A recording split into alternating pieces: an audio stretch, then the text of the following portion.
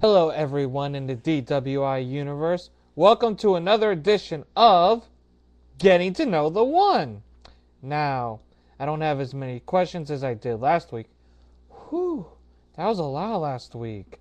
You guys sent me a lot of questions and I appreciate it, but it's also nice to not get so many and to take things just a little bit easier. First, a couple things I want to address before I get to the questions. Keeya. Welcome to Team Rebel. You better be ready to step up against the Wheeze. Because I know I'm ready. I know the Rugged Rebel's ready. So Keeya, be ready to step it up. Because if you don't, that's not going to be good. For you or for anybody else. Because I won't be happy. I know the Rebel won't be happy if you don't step it up. We're not taking excuses. So step it up. And towards the end of the show, whether it be in the first part or the second part, I am, and I mean am, going to announce who I want to face in the Challenger's Choice. And many people may be surprised by this decision, but it's something I've thought long and hard about. Now, let's get to the questions. First off, from the Law Office of Sparrow Enterprises. Wonder what this could be about. Dear the One, we the attorneys of Miss Sparrow are sending you this letter as a summons for you to appear in court. In regards of your friend, a Mr. Ronald Hicklebottom, that's not even his real name, versus the plaintiff, DWI's Tooth Fairy, and your current DWI World Divas champion, Kate Sparrow.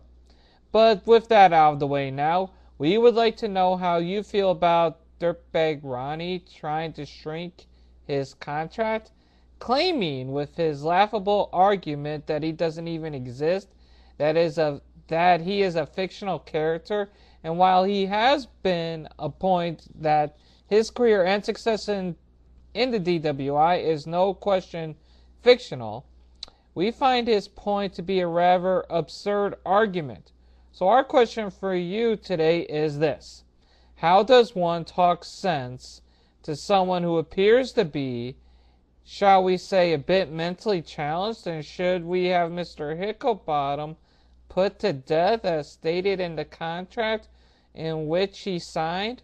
Should he breach said contract or merely sue his punk tail until he is forced to work the street corners like the lethal stank Alexis? What? Thanks in advance, and many justice and Lady Liberty prevail in regards to this travesty of trust and justice. Sincerest regards, the attorneys of Sparrow Enterprises. Best wishes to having another great show, by the way. Well, I appreciate the last part, but get this straight. The Rugged Rebel is not fictional. The Rugged Rebel leader was the fictional character. That character never existed. It was just a ploy by Lethal Injection and the Rugged Rebel to get everybody to trust him in the DWI, since he had been with Lethal Injection for so long. Now, I'm sorry, that Hicklebottom thing, that's not his real name. He's not a dirtbag. He's not anything else. And Alexis is a nice girl, so Sparrow Enterprises, get over it. Yeah, get over it. Trust me. There's no point in this. This is just an attempt by Kate O to try to start shit with us. Come on, get over it. He's not a part of your little group. He's back home with Lethal Injection. That's all there is to it. Get over it. And by the way, I don't want to appear in court. You can't make me unless you come over here. And bring it, Sparrow Enterprises. Come on, bring it. Let's get to the second question, everybody. When Easter arrives and Phil dies and rises from the dead, will you convert to jobberism? Signed, Fat Gay Clown. Well, Fat Gay Clown, I don't know who you are. No, I don't. But I will say this. I don't convert to other religions. No. I got my own thing with that. Anyone wants to follow other religions, cool. That's very cool. But me personally, no. So that's my answer to that. Let's get down to the third question. Have you ever danced to the beat of a different drummer and liked it? I have. From Demented Disco Jim. Well, DDJ, I always found it that I choose my path in the world. Not anyone else no one else chooses my path for me. I choose my path. So that's how I am choosing to answer that question. And just so everyone knows, I've been having some trolls in here, and I've been kicking them out. So, trolls, stay away. I know who you are. Anyway, let's get down to the fourth question. To the one, your name constantly comes up when my show traces back DNA from Kato. Really?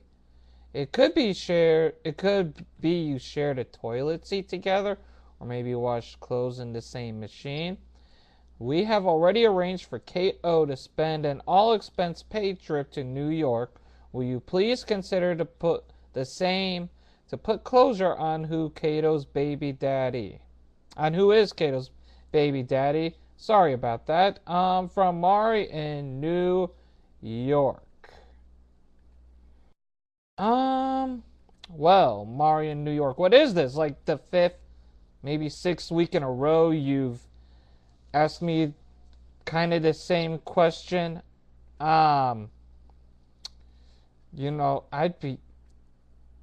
can't have shared a toilet. No, because that's just, no.